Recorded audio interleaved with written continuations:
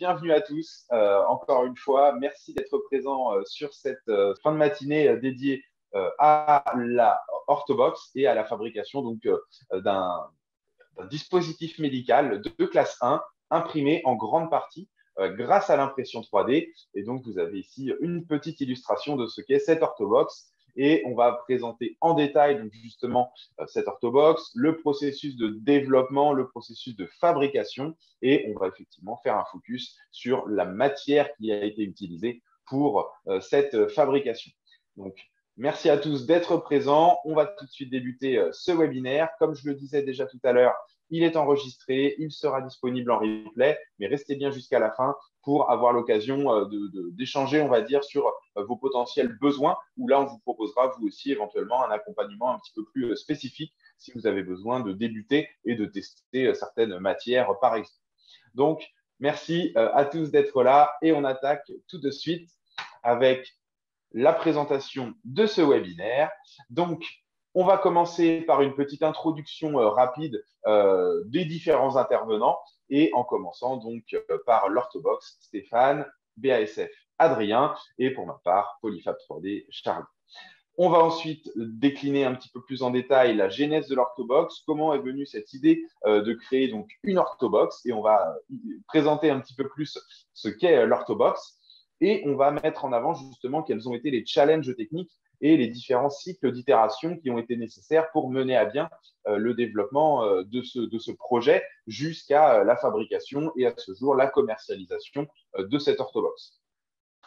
On fera, grâce à Adrien et aussi aux différents tests que Stéphane a pu mener, un focus sur la résine BASF qui a été sélectionnée pour cette fabrication. Et comme je le disais, en fin de webinaire, on aura une petite session de questions-réponses sur lequel vous pourrez effectivement échanger avec tout le monde et poser vos questions.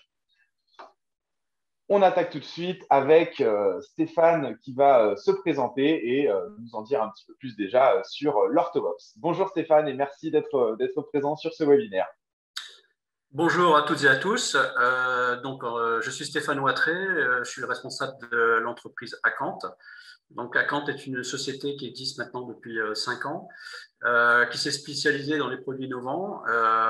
Dans un premier temps, un produit lié à l'impression 3D, qui est un accessoire qui est un capot pour les imprimantes 3D, qui a été diffusé très largement et qui concerne plusieurs marques d'imprimantes 3D. Et voilà, il y a quelques années, on a maintenant lancé un produit plutôt dans le domaine médical. Voilà. Exactement. Et donc, pour rebondir, effectivement, on connaît effectivement Acant dans le monde de l'impression 3D pour la réalisation des capots qui vont permettre de fiabiliser, on va dire, l'impression de pas mal d'imprimantes. Et vous avez justement derrière moi ici une des dernières versions justement des capots fabriqués par Acant. Donc voilà, ça vous donne une petite idée de l'origine d'Acant. Et effectivement, on a en parallèle de tout ça, toutes des applications dentaires dont l'Orthobox fait partie. Donc, merci pour cette introduction, Stéphane. Adrien, merci d'être présent également. Je te laisse te présenter à ton tour. Bonjour Charlie, bonjour à tous. Merci beaucoup de nous avoir invités, d'avoir invité BASF Forward AM ce matin. Donc, en ce qui me concerne, je suis commercial pour la France et l'Espagne pour BASF Forward AM, qui est notre division en quelque sorte pour l'impression 3D chez BASF. Donc, pour présenter un petit peu cette structure, BASF Forward AM, on est un petit peu à part de BASF et des grandes divisions, des divisions, c'est des produits pétrochimiques, des plastiques, des cosmétiques, etc., qui sont des divisions énormes de BASF. Nous, on est une division comparativement qui est assez petite, mais on est 200 quand même dans l'impression 3D dans le monde, ce qui est pas mal pour une société dans l'impression 3D. Et on est multi-technologie, donc on produit nous des matières, pas de machines ou ce genre de choses, des matières exclusivement, des filaments, des poudres et des résines. Voilà, donc on dit qu'on est technologie agnostique. On ne favorise pas une technologie plutôt qu'une autre, on accompagne, on essaie de développer des matières qui répondent le mieux, au plus d'exigences possibles, et Dieu sait si elles sont nombreuses. On a aussi un service bureau. On a acquis un service bureau qui s'appelle Sculpteo, que peut-être certains connaissent, qui est en France, ce qui me permet d'enchaîner sur notre présence française, puisque même si BSF est allemand, BSF Forward AM aussi est allemand, notre siège il est à Heidelberg. On a quand même un tiers des 200 personnes dont je vais parler qui sont en France. Chez Sculpteo, on a aussi, d'une part, mais on a aussi notre centre de R&D pour les poudres qui est en France, dans l'Isère. Et on va même localiser, ce n'est pas encore fait, mais on va localiser de la production de poudre à l'avenir qui sera même en France. Donc voilà, comme on a un public français, et d'ailleurs que l'Orthobox est un produit made in France, ça me semblait intéressant de le mentionner également.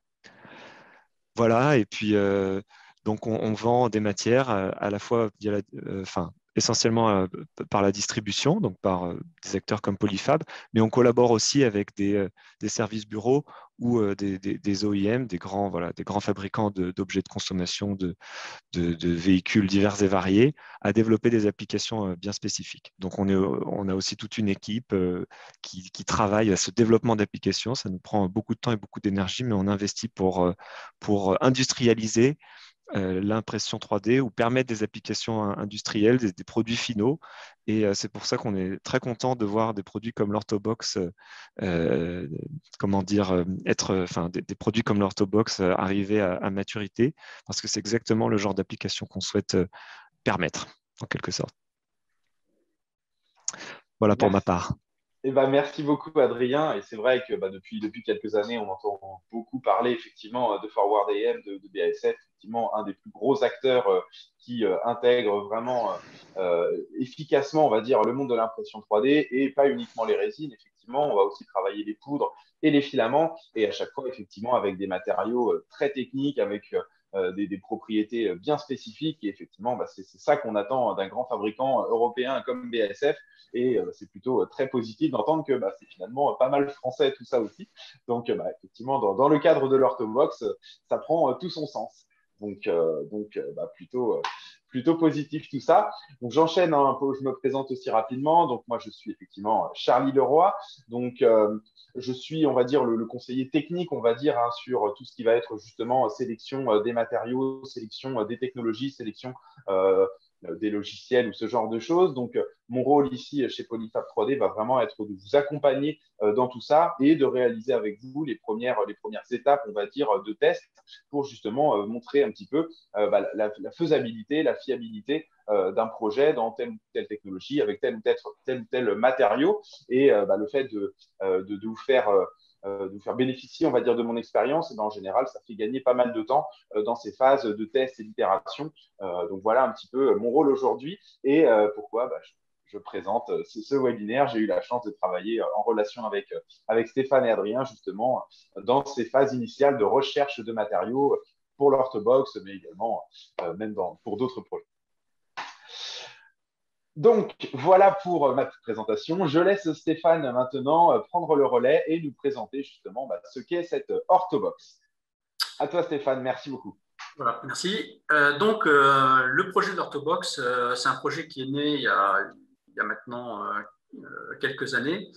Donc, il faut expliquer en fait que dans l'entreprise Orthobox, en fait, on est deux associés. Il y a donc François Damé, qui est orthodontiste, docteur en orthodontie, qui est en fait aussi, à ses heures perdues, un peu inventeur sur différents sujets, et notamment dans sa profession. Et il est orthodontiste. Alors, je vais vous expliquer un petit peu sur quel sujet, en fait, l'innovation va concerner. Donc, en fait, dans la pratique de l'orthodontie, on a un acte qui est fait régulièrement, qui est la pose de bagues. Alors, je pense que nos participants connaissent, ou peut-être personnellement, ou ont des enfants qui sont concernés. Donc, vous voyez à l'écran de quoi on parle.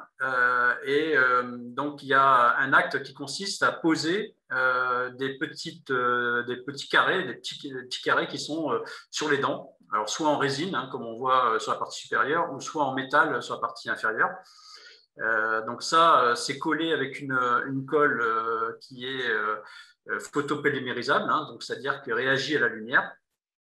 Et donc, dans cet acte,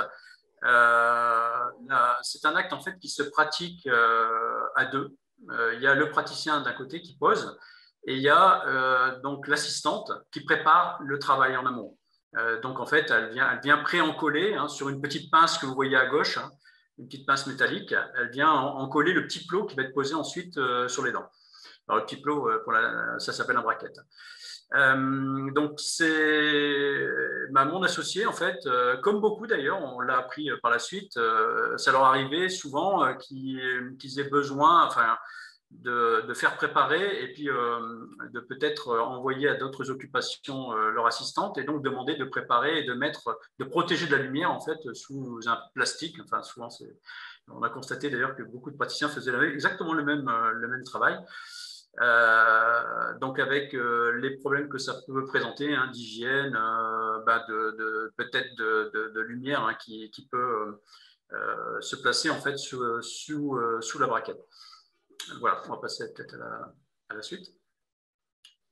Voilà, alors donc nous en fait ce qu'on a imaginé, donc c'est un mécanisme innovant donc qui est breveté, qui permet de préparer avant l'acte l'encollage en fait des braquettes dans des petits réceptacles que vous voyez. Donc, il y en a 14 qui permettent de recevoir une pince au bout de laquelle il y a ce petit plot qui normalement réagit à la lumière avec la colle et donc qui est protégé de la lumière par les petits clapets que vous voyez. Voilà. Alors, ce projet, comme je l'indiquais, c'est un projet qui a maturé depuis un certain temps. Il a été imaginé donc, en décembre 2016. Alors, comme je l'indiquais tout à l'heure, François Damé, mon associé, est quelqu'un qui est beaucoup dans l'innovation. Il a au départ travaillé, on va dire, lui, seul dans son coin, et il a développé un certain nombre de prototypes qu'il a testé dans son cabinet. Donc, il y a eu un tas de prototypes de créés durant les différentes années. En 2020, donc, il y a eu un dépôt de brevet qui a été fait. Donc, ça, c'est dans les grandes dates. En mars, on a avancé un petit peu plus loin parce que d'abord, on a recruté un ingénieur qui a pris le relais, en fait, sur le travail de François, qui avait d'autres occupations et d'autres idées en tête, et qui donc a passé la main à un ingénieur chez nous qui a été en charge de terminer le projet. Et on en a profité donc puisque c'est un dispositif médical, pour faire toute la partie, on va dire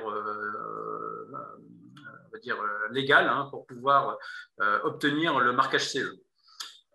Et donc on en arrive en fait au mois de mai où on est sur le lancement officiel en fait qui a été lancé officiellement donc mi-mai avec donc un premier distributeur qui en assure en fait la distribution dans un premier temps en France et très rapidement dans d'autres pays européens et après par la suite dans le monde. Voilà. Alors pour en arriver au produit final que vous avez vu dans le premier slide, en fait, il y a un long cycle que certains connaissent, un long cycle d'itération pour arriver à tester le produit, dans un premier temps le concevoir, donc la modélisation 3D est finalement l'outil qui a été utilisé, donc on modélise sur logiciel. Ensuite, on prototype, donc on utilise pour cela différentes technologies. Alors chez nous, comme on est passionné d'impression 3D et qu'on maîtrise un petit peu, donc on imprime en 3D des choses, on fait usiner d'autres pièces aussi pour le projet, et ensuite on teste. Et donc les tests sont effectués directement dans le cabinet de François Damé. Et puis on répète X fois puis on a besoin en fonction de l'évolution du projet. Parce que c'est vrai que quand on regarde le projet, bon, ça ressemble à une boîte. On peut se dire, bah oui, il n'y a rien de plus bête, de plus simple que de créer une boîte. Il faut savoir que derrière, il y a plein de problèmes à résoudre et qui ont pris du temps et qui ont nécessité ce nombre de cycles. Et en même temps, on avait aussi une recherche de moyens de production derrière. Sans écarter aucune possibilité. Donc, on a effectivement pris des contacts avec des moulistes, hein, des entreprises qui s'occupaient de concevoir des moules d'injection plastique. Et bien sûr, parallèlement à ça, on regardait aussi ce qui était possible de faire en fabrication additive qu'on connaît parfaitement puisqu'on le maîtrise depuis 5 ans. Voilà, alors donc un petit focus en fait sur les moyens internes de fabrication chez Acant.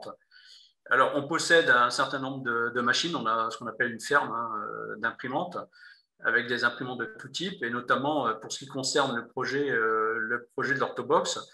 On fait plutôt le pari d'imprimantes à base de résine et de technologie LCD. On a aussi d'autres équipements. En fait, on a un petit Fab Lab, en quelque sorte, où on a tous les outils nécessaires pour la fabrication, ce qu'on appelle aujourd'hui la fabrication numérique. Ce sont des machines de découpe laser, des CNC. On a pour tout ce qui est post-traitement aussi des unités de nettoyage de la résine et des machines à UV pour fixer en fait les pièces à la fin du process. Et on s'appuie aussi sur tout un réseau de sous-traitance, puisqu'on ne fait pas tout en fait chez Acant, et donc on a une sous-traitance régionale sur laquelle on s'appuie pour certaines pièces donc, qui sont à l'intérieur de l'Orthobox. Voilà. Alors il y a un des éléments qui est important en fait dans le process de résine, c'est qu'on est dans quelque chose qui est complètement différent du dépôt de filament. Alors déjà, on travaille sur un équipement liquide, contrairement à l'autre technologie, dépôt de filament. Donc, ça nécessite un certain nombre de choses, un certain nombre d'étapes à franchir.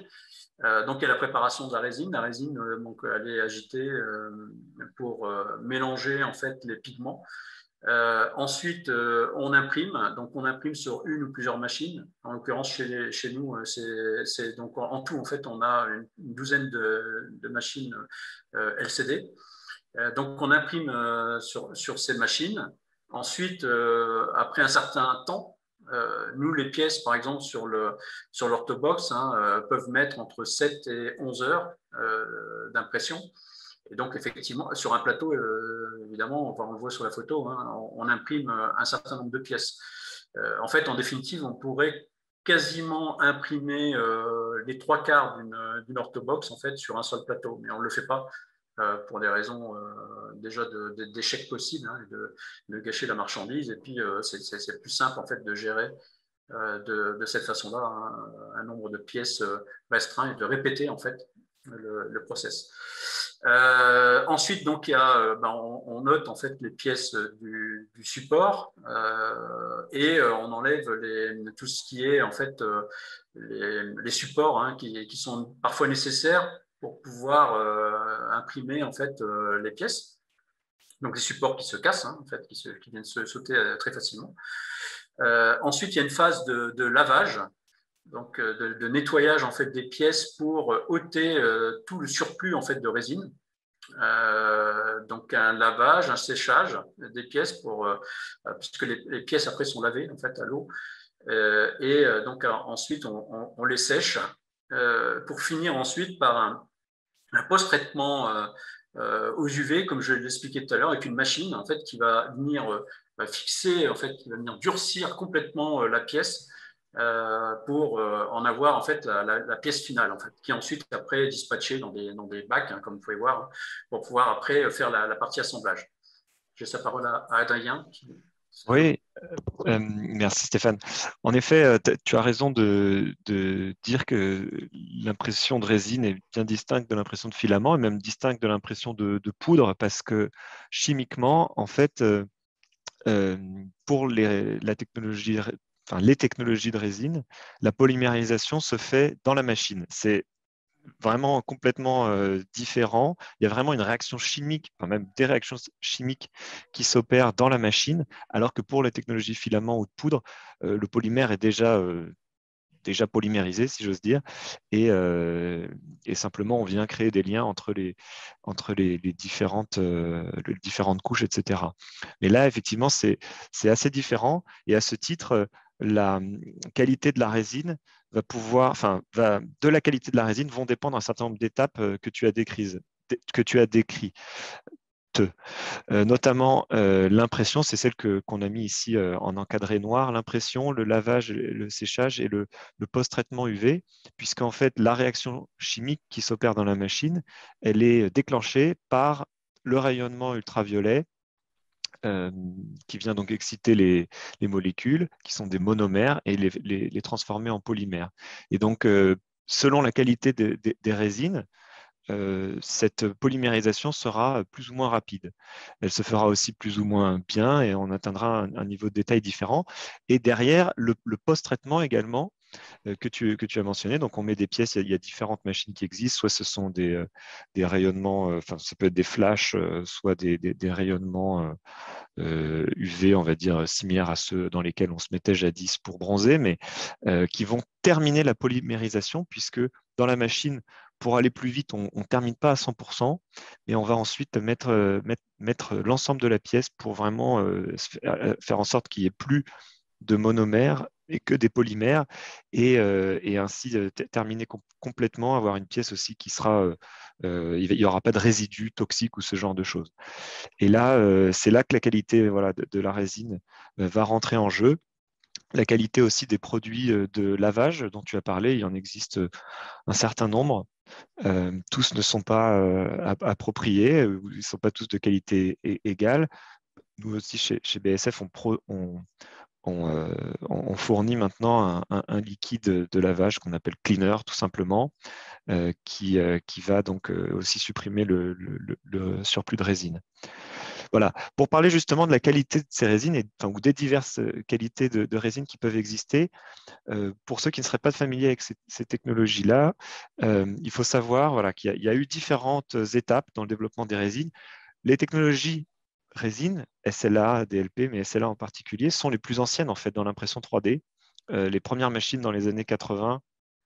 Donc, bon, je n'étais pas là pour en parler, mais on m'a dit que ces machines-là fonctionnaient sur les technologies de résine, mais à l'époque, on fonctionnait sur des formulations acrylate, puis acrylate époxy, qui avaient encore un certain nombre de défauts et qui ne permettaient pas de faire des pièces qui soient suffisamment stables dans le temps en particulier, puisque le problème, c'est que ces résines photopolymères, donc, dont la polymérisation se réalise par la lumière ultraviolette, il pouvait y avoir encore des réactions qui se faisaient une fois que la pièce était terminée.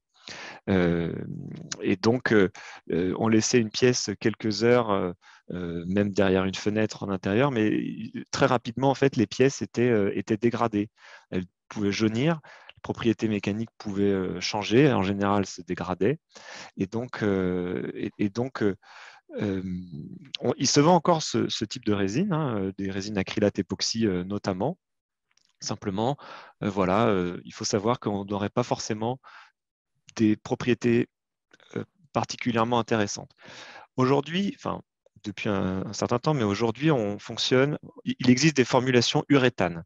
Elles sont pas forcément très communes, mais sachez que c'est essentiellement, enfin, c'est là-dessus que BASF a misé. Nous, on fournit exclusivement des formulations uréthane qui ont des performances bien différentes, qui sont thermiquement beaucoup plus stables, qui ne vieillissent pas dans le temps. C'est des choses qu'on a testées. On a simulé des vieillissements de plusieurs années de nos résines et les couleurs ne changent pas. Et les propriétés mécaniques ne changent pas. Diminuent un petit peu, mais ça reste parfaitement raisonnable pour ce qu'on peut attendre. La chose importante aussi à noter, c'est qu'on a développé, nous, des résines qui sont aussi compatibles avec une large gamme de machines. J'ai expliqué tout à l'heure qu'on était agnostique en termes de technologie. Et au sein des technologies de résine, donc il existe différents types de machines qui fonctionnent avec des longueurs d'onde différentes. Parfois, vous avez des résines qui sont compatibles qu'avec telle longueur d'onde. Nous, on a fait des résines qui sont compatibles avec toutes les longueurs d'onde. Donc de 355 à 460, c'est ce qui existe. Et donc régulièrement, quand on me demande est-ce que votre résine est compatible avec ma machine, j'ai même pas besoin qu'on me dise de quelle machine il s'agit, puisque oui, c'est compatible. Ça fonctionne, elles ont été conçues comme ça. Voilà. Et un dernier point à mentionner, donc il existe donc d'autres fournisseurs de ce genre de résine. Souvent, ce sont des machines fermées. Je ne citerai pas de nom, mais des machines fermées, donc avec aussi, on vous vend la résine qui va avec, mais on est sur des gammes de prix nettement différentes de ce que nous, on peut pratiquer. Nous, chez BASF, notre objectif, comme j'ai dit un peu plus tôt, c'est de permettre des applications industrielles, de permettre des produits finis avec nos résines. Et donc, on a des prix qui sont adaptés à ce discours. Et justement, donc, avant de se concentrer sur la résine dont on va parler, je vais montrer un petit peu la gamme de résine qu'on a aujourd'hui. Je ne vais pas rentrer dans les détails, je vous rassure. Voilà, j'ai encadré ici la résine ST45, qui est celle qui a été utilisée par Acant. Vous pouvez voir un petit peu l'ensemble des résines qui sont disponibles. Donc, on a une gamme de résines dentaires pour faire essentiellement des modèles dentaires. Une gamme de résines qu'on appelle TOF, donc qui résiste en particulier au choc, aux égratignures. C'est particulièrement intéressant pour l'orthobox. Une gamme de résines aussi qu'on appelle rigides, qui auront une élongation à la rupture plus faible, mais qui auront d'autres propriétés intéressantes. 4 résines flexibles avec différents niveaux de flexibilité. Celle qui est à gauche, voilà un short de 40A jusqu'à 80A pour ici celle qui est le plus à droite. Et puis à droite, vous voyez que on a aussi, alors tout à droite, on a un portefeuille de résine pour les machines qui fonctionnent à la lumière du jour, donc les Daylight Resins. C'est des machines un petit peu différentes. C'est une autre longueur d'onde, hein, puisque la lumière du jour, c'est plus des UV, c'est des résines spéciales, mais qu'on a aussi développées. Pour l'instant, c'est un marché plus de niche. Je n'ai pas jugé utile de rentrer dans le détail de ce portefeuille. Quelque chose qui est très intéressant également, c'est le color kit. Ça, vous avez peut-être remarqué ici que la vaste majorité, enfin, toutes nos résines sont disponibles en couleur translucide, donc clear, sauf la ST45 de Acant, qui est disponible aussi en noir, mais également en clear. Et en fait, le principe du color kit, c'est qu'avant d'imprimer, vous pouvez rajouter les pigments dans la résine, directement dans la résine. Vous mélangez, vous pouvez même mélanger du bleu et du jaune pour faire du vert, etc. Et vous aurez une pièce qui sera directement de la couleur que vous souhaitez. Et donc là, l'ensemble des couleurs de l'arc-en-ciel sont possibles. Pour la ST45B, voilà, ST45B, B pour black, tout simplement. Les avantages de cette... Alors déjà, il y a une fiche technique. Pour ceux qui sont familiers de ces données, voilà, je vous les ai mises en bas à droite. L'élongation à la rupture, le module de Young, etc. Notez la résistance, le HDT, donc c'est Heat Deflection Temperature, donc la température à partir de laquelle la résine va se déformer si on y actionne une certaine pression, mais qui est suffisamment élevée et qui, dans le cas en particulier de l'orthobox, suffit largement à une utilisation normale. Mais les autres avantages de cette résine, c'est la précision qu'elle permet aussi avec les machines qui auront également cette résolution, mais la résine va pouvoir reproduire fidèlement ou exploiter au maximum la résolution des machines. La notion de solidité, de durabilité aussi est importante. On l'appelle TAF, donc en français, on pourrait dire dur, mais costaud, c'est-à-dire elle va résister aux différentes, solides, aux différents impacts qu'il pourrait y avoir. Encore que sur l'orthobox, je ne pense pas qu'il soit particulièrement violent. Mais l'aspect justement de la pièce va pouvoir être préservé. On a une pièce qui sera, les pièces qui sont imprimées avec cette résine ont un aspect très beau, voilà, similaire à des pièces injectées. L'opacité est importante, c'est une pièce qui est vraiment noire, qui n'a aucune notion de translucidité, ce qui est aussi important dans ce cas-là. Elle est utilisable sur différents types d'imprimantes. Et le dernier point sur lequel je vais insister, avant de laisser Stéphane, parce qu'après tout, c'est plutôt à Stéphane de dire ce qu'il en pense, mais c'est la notion de traçabilité et de sécurité environnement, environnement, sécurité, hygiène, EHS, chez BASF, parce que ça, je pense que c'est un point qui est aussi très important, en particulier quand on parle d'un dispositif médical. Je vous ai dit un peu plus tôt qu'on était BASF Forward AM. On est un petit peu à part de BASF, ce qui nous permet d'avoir une agilité beaucoup plus importante que BASF, comment dire, les divisions traditionnelles de BASF qui ont l'habitude de parler en kilotonnes. Nous, on parle en kilos. Bientôt, on parlera peut-être en kilotonnes, mais pour l'instant, on parle en kilos. Et on évolue au sein d'un marché de l'impression 3D qui est extrêmement agile. Et donc, on est à part dans le sens où on a encore cet esprit un peu start-upesque. D'ailleurs, on est issu de l'acquisition de start-up qui nous permet de nous adapter rapidement, de lancer des produits sur le marché aussi plus rapidement. Mais il y a une chose à laquelle on ne déroge pas parce qu'on fait partie du groupe BASF, c'est tous les aspects EHS, environnement, hygiène, sécurité. Je ne vous cache pas que de temps en temps, ça nous freine un peu pour lancer des produits. Ça fait partie des freins. Il y a des choses qui font qu'on peut en lancer rapidement, mais le cahier des charges de BASF pour lancer des produits, pour les tester, pour en assurer la traçabilité, etc., est assez pesant. Mais, et c'est parfois un peu frustrant pour nous. Mais le côté, je pense, positif et à titre personnel, moi, qui me rassure, même quand je dois ensuite commercialiser ces produits, c'est que tout est carré.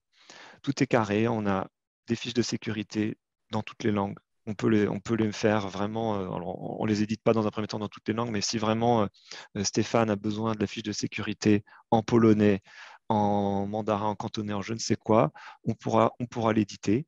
On a des bureaux dans le monde entier avec l'ensemble des informations de sécurité d'urgence qui pourraient être nécessaires. Tout est tracé. L'ensemble des produits d'ailleurs qui sont utilisés pour ces résines-là sont sourcés au sein même des autres divisions de BASF.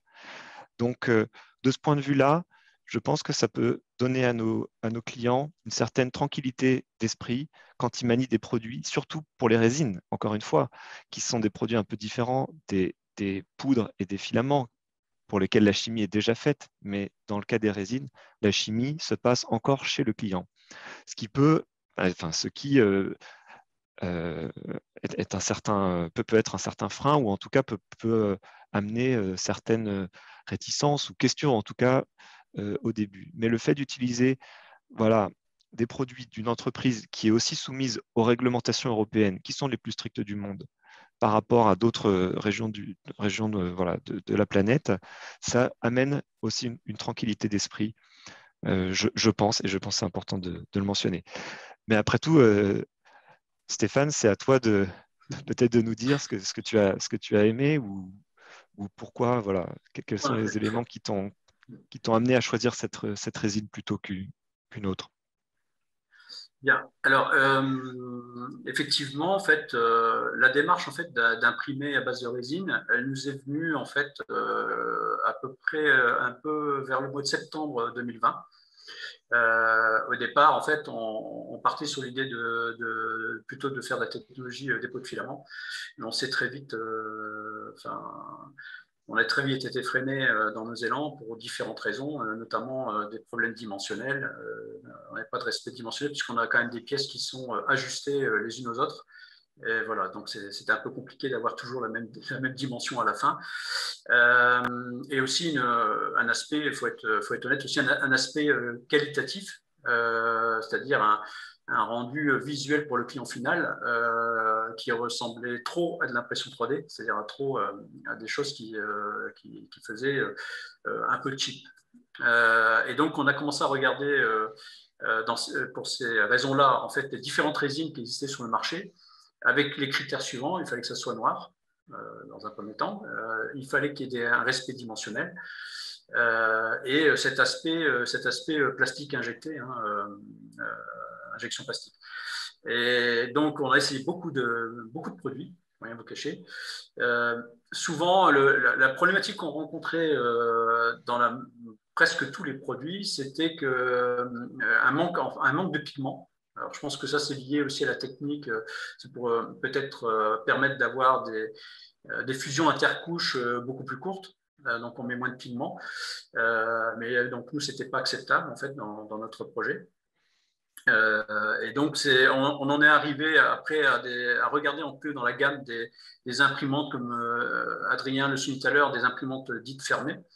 des grandes marques que je ne citerai pas, qui effectivement avaient un avantage, c'est-à-dire qu'elles avaient des résines qui répondaient en fait à ce qu'on attendait. Par contre, parce que nous, on avait quand même derrière la tête l'idée de produire, et pas de prototyper, de vraiment rentrer dans un processus de production, c'était quand même pas du tout envisageable du fait du coût très élevé en fait des machines unitairement, et souvent aussi avec des plateaux très petits. Et donc, sur les conseils de Charlie, de Polyfab 3D, et avec l'appui d'Adrien, on s'est orienté, on a testé en fait les gammes de résine BASF, et notamment celle qui nous a été conseillée, la ST45B. Et on a retrouvé dans cette résine donc ce qu'on attendait, c'est-à-dire, je ne vais pas redétailler ce que disait tout à l'heure Adrien, mais quand même un des points nous qui était important, c'est la précision, c'est-à-dire qu'il fallait que dimensionnellement ça respecte de très près le projet qu'on avait sur l'écran en modélisation 3D, les dimensions qu'on avait prévues, pour qu'en bout de chaîne on ait très peu en fait de variations en largeur de notre produit. Et puis surtout, comment dire, l'aspect plastique injecté. D'ailleurs, pour la petite histoire, quand des gens viennent visiter notre laboratoire, souvent ils sont assez bluffés. Pour les gens qui ne sont pas très connaisseurs de l'impression 3D, ils ont souvent l'impression qu'effectivement, ce sont des pièces plastiques traditionnelles. Voilà. Et puis, je le détaillerai un peu plus tard, mais la traçabilité, qui pour nous est vraiment hyper important, puisqu'on est en dispositif médical classe 1, et que derrière, il y a toutes des procédures à mettre en place en fait, de traçabilité pour laquelle on est en train d'entrer. Voilà, il faut qu'on puisse pouvoir avoir un système de lot, de savoir sur quel lot on a travaillé pour pouvoir remonter la chaîne en cas de souci. Je me rends compte que j'ai omis un point qui est peut-être pas le plus important, mais qui est quand même assez important, c'est que nous testons nos résines en termes de biocompatibilité.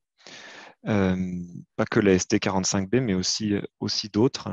Et ça, c'est des informations qui sont donc disponibles. Pour ceux qui connaissent, on teste nos résines face à la norme 10 993. Il y a différents sous-paragraphes, donc la cytotoxicité, l'irritation de la peau, ce genre de choses. Et c'est des données qui sont aussi intéressantes. Alors, il faut ensuite, ça ne dispense pas d'un travail ensuite pour valider certaines implications par derrière, mais c'est des informations qui sont aussi disponibles, qu'on étoffe petit à petit parce que ces tests, bien que coûteux, on en fait régulièrement pour évaluer nos résines et permettre de plus en plus d'applications. C'est ça, effectivement, là on est dans un cadre un petit peu particulier. Donc avant d'enchaîner, à la limite, je vais résumer déjà un tout petit peu ce qui s'est dit là. Mais effectivement, là on est dans un processus de fabrication par impression 3D qui est effectivement différent des autres techniques d'impression parce que là, la polymérisation se fait chez vous, comme l'a très bien dit Adrien. Et donc, ça nécessite effectivement des étapes, on va dire, de post-traitement un petit peu particulières. Et effectivement, dans le cadre d'un dispositif médical de classe 1, avec potentiellement des problématiques de biocompatibilité, eh bien là, on s'engage aussi, on va dire, dans le respect du processus non seulement d'impression, avec les bonnes longueurs d'exposition et ainsi de suite, mais aussi avec justement les bonnes applications en termes de temps de séchage, de temps d'immersion dans l'alcool, de temps de polymérisation dans la chambre UV post-impression. Et donc, c'est tout ça, on va dire, que BASF encadre. Quand on parle de biocompatibilité, ce n'est pas seulement une résine qui est biocompatible, c'est le process complet. Et donc, la chance de travailler avec des groupes comme BASF, c'est qu'effectivement, là, on est sur des choses qui sont effectivement testées, qualifiées, certifiées. Et encore une fois, c'est ça qui fera la différence avec d'autres résines. Et effectivement, on n'a pas forcément, enfin, on n'a pas insisté plus que ça là-dessus, mais l'intérêt de la résine ST45B, donc c'était non seulement ses propriétés mécaniques, donc de durabilité, on a du frottement, on va avoir potentiellement du choc, des clapets qui se ferment, donc il fallait que ça résiste mécaniquement. On avait, comme Stéphane l'a dit, un gros souci sur l'opacité. Ici, on est sur une boîte qui a pour but de protéger des UV. Donc, il fallait que ce soit effectivement très précis pour venir à chaque fois se fermer parfaitement pour ne pas laisser les UV passer. Et il fallait bien évidemment que la résine soit parfaitement opaque pour ne pas faire rentrer les UV. Donc, effectivement, ce n'était pas simple de trouver un couple machine-matière qui correspondait bien. Et bah, finalement, ça a été le cas en utilisant la résine ST45B. Et je dirais, n'importe quelle imprimante derrière était capable d'exploiter cette résine.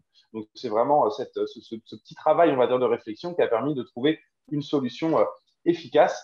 Et c'est ça qu'on va accentuer un petit peu ici, mais vraiment, c'est cette itération successive qui a permis de trouver une solution qui était bien pour du prototypage et qui reste parfaitement adaptée pour de la production.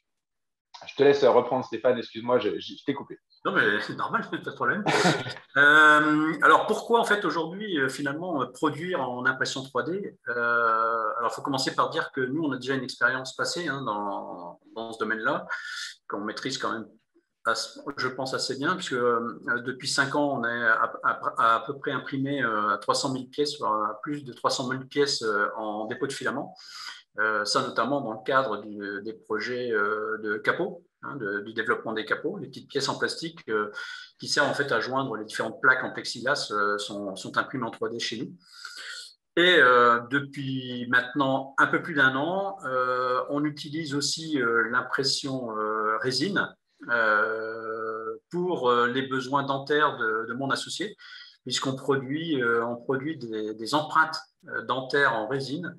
On a réalisé un peu plus de 1500 en fait depuis juin 2020.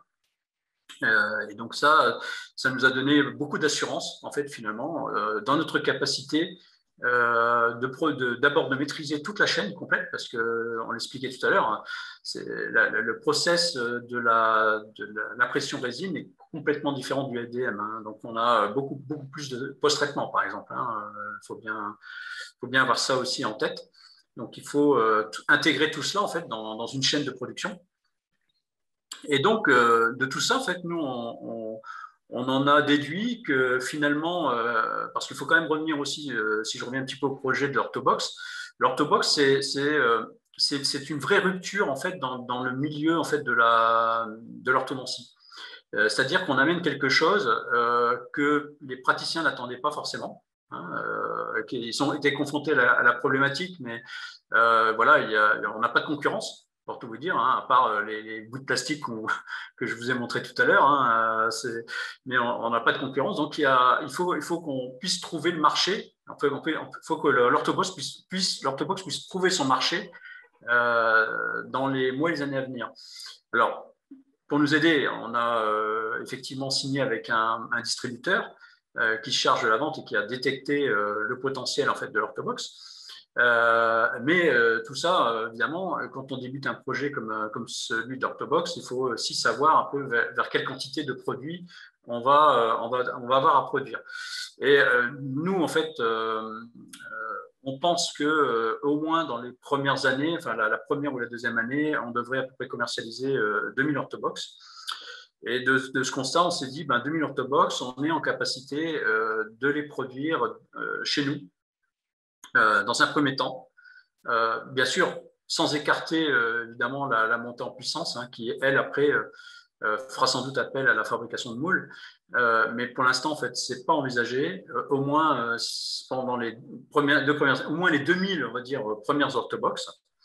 On est en capacité, évidemment, d'intégrer tout cela en interne. Et parallèlement à ça, si on regarde en fait la production de ces pièces dans d'autres technologies, en fait, évidemment, on a contacté des entreprises d'injection plastique et des entreprises en capacité de transformer notre projet en fait en projet capable d'être injecté en plastique, parce que en fait, il faut quand même savoir que développer un produit, concevoir un produit en 3D pour de l'impression 3D n'a absolument rien à voir avec un produit développé en injection plastique. Il y a des contraintes en fait liées à la fabrication d'un moule qui n'ont rien à voir avec donc l'impression 3D classique, puisqu'on a toute liberté de faire les projets que l'on veut en modélisation 3D. Voilà, en général, quand on bascule en fait dans l'injection plastique, il faut complètement revoir le projet. Donc nous, de ça, on nous a chiffré en gros minimum 3 moules pour l'ensemble de nos pièces.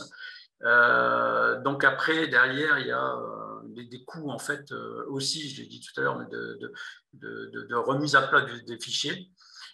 Et puis derrière, il y a du calage de machines, hein, forcément, et puis un minimum de commandes. C'est-à-dire qu'un mouliste, on ne va pas lui demander de faire 10 pièces ou 100 pièces, hein, ça va être tout de suite des dizaines de milliers. Et donc tout ça, ça a été évalué chez nous et c'est un coût, un investissement en fait, de 165 000 € à peu près. Alors que d'un autre côté, par l'impression 3D et aussi, il faut le souligner, le coût finalement de certaines imprimantes 3D résine nous permet finalement de multiplier les machines, en gros de créer des fermes. Finalement, on n'a pas tellement de limites. Hein. On peut avoir 20, 30, 40 machines qui tournent, ça on le fait. Hein. Donc, on le fait déjà en dépôt de filament, donc on sait faire. Et finalement, donc, nous permet d'avoir un prix de revient aujourd'hui à la pièce, hein, de l'ensemble des pièces du set, hein, de pièces imprimées en 3D, qui représente à peu près 40 € aujourd'hui. Donc voilà, et de tout ça, on en déduit en fait la courbe, hein, qui nous permet de voir à quel moment, en fait, finalement, il sera peut-être intéressant de basculer, en fait, hein, et on se rend compte que ça sera à peu près de l'ordre de 4000 orthobox, hein, quand on arrivera à des commandes de plusieurs centaines qui arriveront sur une année à 4000 orthobox. Là, il faudra vraiment se poser la question, sans doute, à ce moment-là, pour basculer vers l'injection plastique. Ah, c'est exactement ça. Alors, je me permets d'intervenir, mais effectivement, le gros avantage que l'on voit ici, c'est bien évidemment l'investissement qui est minime, la prise de risque qui n'a rien à voir avec un projet que l'on lance en injection pour des dizaines de milliers de pièces. Et vraiment, indépendamment de l'avantage financier, on va dire que ça va produire pendant les premiers mois, les premières années, c'est surtout le risque qui est important. Parce qu'il suffit que vous constatiez effectivement qu'il y a besoin de faire une petite modification sur l'orthobox parce que y avait une petite retouche ou un petit ajustement à faire. Lorsque vous avez fabriqué des moules et que vous avez fabriqué 10 ou 100 000 pièces, il va falloir les écouler avant de pouvoir faire des modifs. Et c'est vraiment ça qui est compliqué, on va dire, dans un projet comme celui-là, qui a besoin de trouver son marché, qui a besoin d'évoluer rapidement, de peut-être avoir une version 2, une version 3 dès les premiers mois ou dès les premières années. Ça, c'est aussi quelque chose qui va être permis par le fait de produire en impression 3D et non pas de produire en injection. Le fait de faire une petite modification dans le processus de fabrication, on va dire, d'une pièce imprimée en 3D, il est minime, il peut être corrigé, modifié dans la journée avec du moulage. Tout de suite, la moindre modification va prendre 6 mois et va coûter le prix des 3 moules. On était à peu près à 100 000 € de ce que tu m'avais estimé. Donc, effectivement, on n'est pas du tout sur le même risque et sur la même évolution potentielle et la même réactivité sur le lancement d'un projet comme celui-là. Donc, c'est là aussi où, effectivement, l'impression 3D a un gros avantage, je pense, pour une société comme Acant. Et je vais même compléter, Charlie, si tu veux bien, c'est que l'avantage de commencer en impression 3D et de basculer après en injection plastique, ça a aussi un avantage, c'est que ça permet finalement d'essuyer les plates et d'avoir une version 2 qui sera exempte d'erreurs et qui pourra être produite de manière plus sereine que si on s'était lancé directement sur ce sujet-là. Parce que je rappelle que quand on imagine les 30 itérations, c'est pas de la blague. Hein. On a vraiment, alors des fois c'est des petits détails qui ont été faits, mais voilà. Donc et on en a encore fait, il y a très peu de semaines, hein, des petites corrections de détails, voilà, qu'on ne peut pas se permettre une fois que le moule il est produit, il est fabriqué. C'est ça, et même dans la potentielle évolution, hein, il y a potentiellement des petites évolutions qui vont se faire autour de l'orthobox. Et là, avec l'impression 3D, c'est très facile de les faire rentrer dans le cycle de production traditionnel. Il n'y a pas besoin de répliquer tout ça à nouveau avec une nouvelle fabrication bien distincte. Donc, ouais, non, mais je suis tout à fait d'accord et merci de cette petite précision. Ok, donc, je te laisse reprendre, Stéphane, maintenant. Oui, donc, alors tout ça pour vous expliquer, pour indiquer aussi que le produit, il est monté en France, hein, il est monté dans notre atelier, ici à Marquise, hein, dans le Pas-de-Calais, que c'est un produit qui est breveté, donc qui est couvert par un brevet européen et américain. Qui est donc un dispositif donc CE, marquage CE, dispositif médical de classe 1, et qui répond aux toutes dernières normalisations, parce qu'il y a eu un gros changement au mois de mai dernier. Ça a été d'ailleurs décalé d'un an, mais donc nous, on est vraiment sur les toutes dernières normes. Je ne suis pas un hyper spécialiste, on a quelqu'un chez nous qui suit ça de très près. Mais ça veut dire aussi que derrière, on va mettre en place ce qui n'était pas le cas dans la première version du dispositif médical de classe 1, toute une série de procédures qualité, de traçabilité.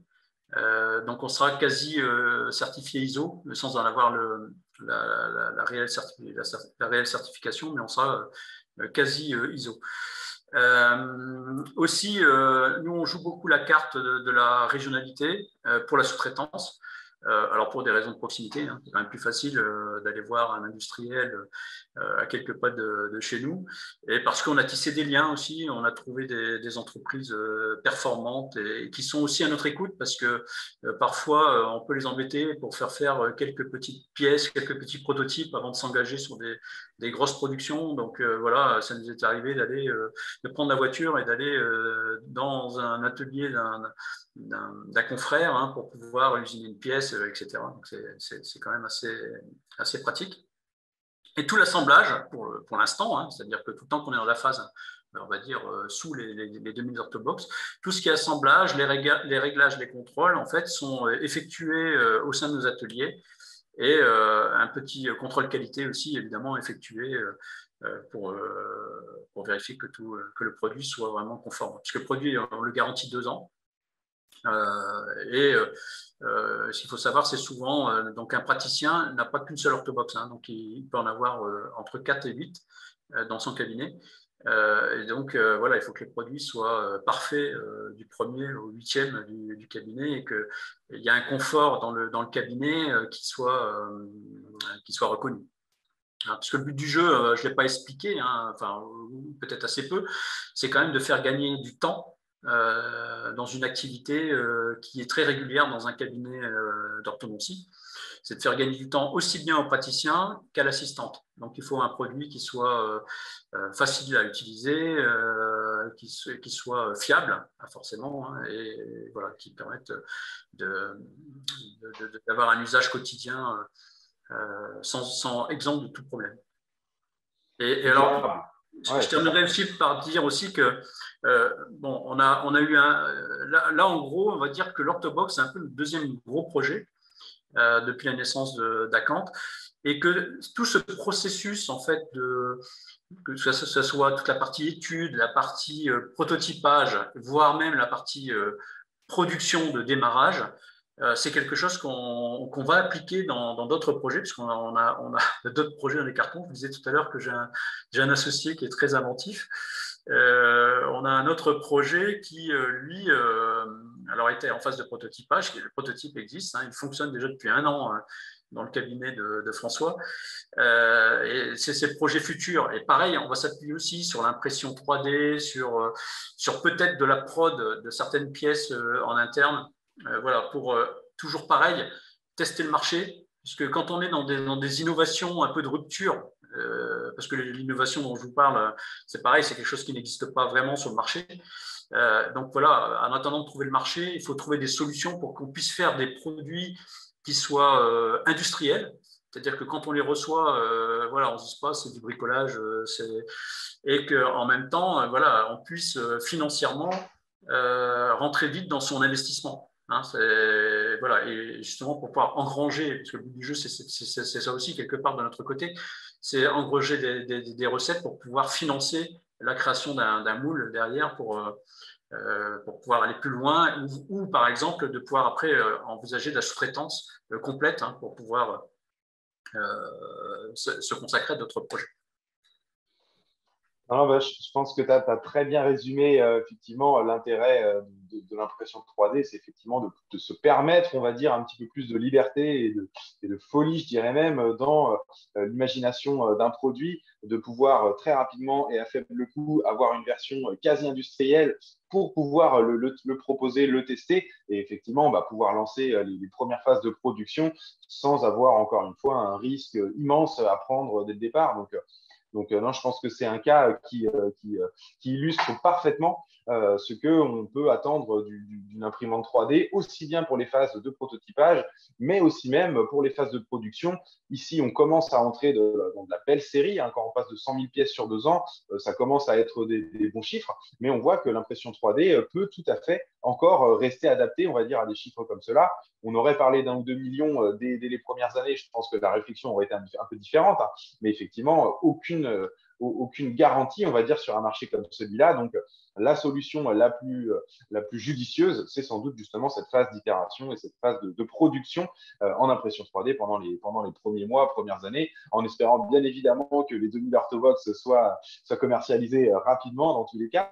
Mais effectivement, je pense qu'il sera temps d'en reparler quand on en sera là. Mais le fait d'avoir cette flexibilité, cette connaissance, cette expérience, ça vous permet vraiment d'aller très vite dans le développement de nouveaux projets comme cela. Et c'est vraiment ça la force d'une entreprise comme Acant. Donc voilà. Et ben, merci déjà beaucoup pour cette présentation complète, Stéphane. J'en profite.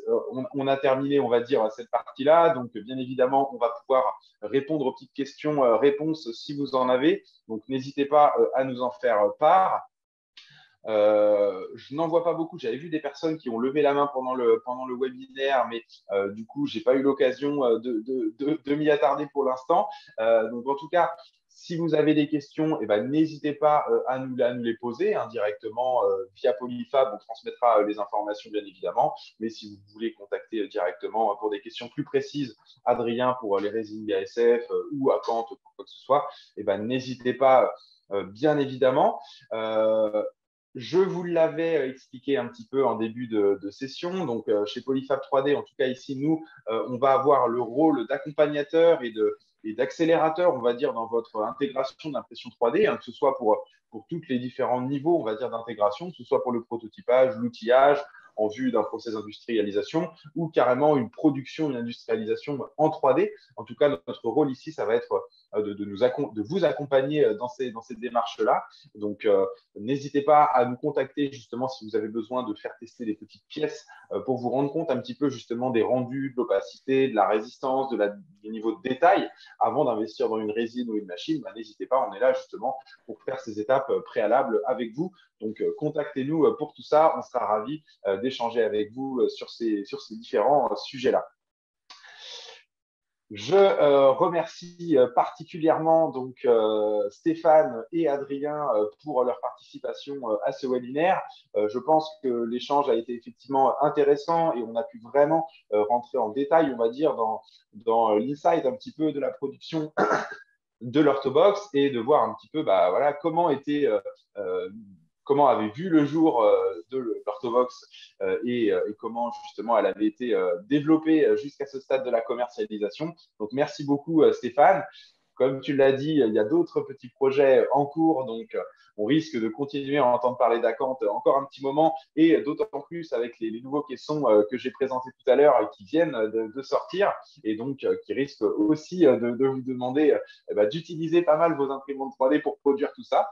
Donc, merci beaucoup pour cet échange, Stéphane. Et je remercie également Adrien de BASF pour nous avoir partagé justement les petits insights au sein de Forward AM, qui est effectivement une branche bien à part au sein de BASF. BASF qui est un des gros acteurs de l'impression 3D, effectivement, là, depuis des années, un acteur européen, effectivement, sur lequel on va pouvoir s'appuyer pour des problématiques voilà, vraiment assez poussées. Sur justement tout ce qui va être biocompatibilité, certification, traçabilité, mais aussi au niveau des propriétés techniques des matériaux. On aura sans doute l'occasion d'échanger ensemble, Adrien, peut-être sur d'autres webinaires dédiés à des filaments. J'espère. Il y a beaucoup de nouveaux filaments intéressants chez BASF, donc on aura sans doute l'occasion d'en reparler. Donc, merci déjà beaucoup à vous deux. Je vous laisse dire un petit mot si besoin pour la fin. Oui. Juste, merci beaucoup pour l'invitation. Simplement en teaser, et on aura peut-être l'occasion d'en reparler, hein, Charlie, mais on va lancer on lance toujours de nouveaux produits. On va lancer bientôt des résines haute température qui sont très demandées.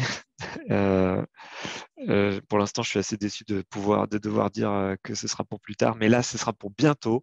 Donc, je suis très content de pouvoir lancer ça bientôt. Ce sera évidemment disponible chez Polyfab. Donc voilà, et merci beaucoup pour votre invitation et merci à tous les deux. Merci beaucoup, Adrien. Et en effet, les résines haute température, c'est toujours des choses qui sont attendues. Donc, je suis impatient de tester tout ça et de pouvoir proposer effectivement des résines de cette qualité-là avec des propriétés haute température, qui est vraiment effectivement une demande. Merci à vous aussi hein, pour d'avoir organisé cette présentation. Et je suis à la disposition des personnes hein, qui n'ont peut-être pas osé de poser de questions, mais pour aussi partager peut-être en direct avec certaines personnes. On n'a rien à cacher. Hein. Si d'autres entreprises veulent démarrer des productions en utilisant les résines de BASF, je suis tout à fait prêt à partager et à expliquer tout notre process, en fait, de quelle façon nous, on a mis ça en place chez nous, pour gagner du temps aussi, évidemment. Bon, c'est très gentil, effectivement. Si vous avez, comme Stéphane le propose, hein, des besoins de rentrer en contact ou de poser des petites questions, on peut faire aussi cet intermédiaire-là. Donc, n'hésitez pas à revenir vers nous hein, si vous avez la moindre question. On va pouvoir vous aider, vous guider et effectivement vous mettre en relation si besoin. Donc, encore une fois, merci à vous pour votre participation à ce premier webinaire donc, dédié justement aux résines BASF et aux machines LCD de manière plus générale. Effectivement, on n'est pas sans se revoir sans doute pour des futurs webinaires. Donc, merci à tous d'avoir assisté à ça. Le replay va être disponible, donc vous pourrez le partager avec des collègues ou des amis si vous pensez qu'ils peuvent être intéressés pour voir un petit peu ce qu'est l'Orthobox. Et puis, pour ma part, je vous dis donc à la prochaine fois. N'hésitez pas à nous contacter pour la moindre question ou un accompagnement un petit peu plus spécifique.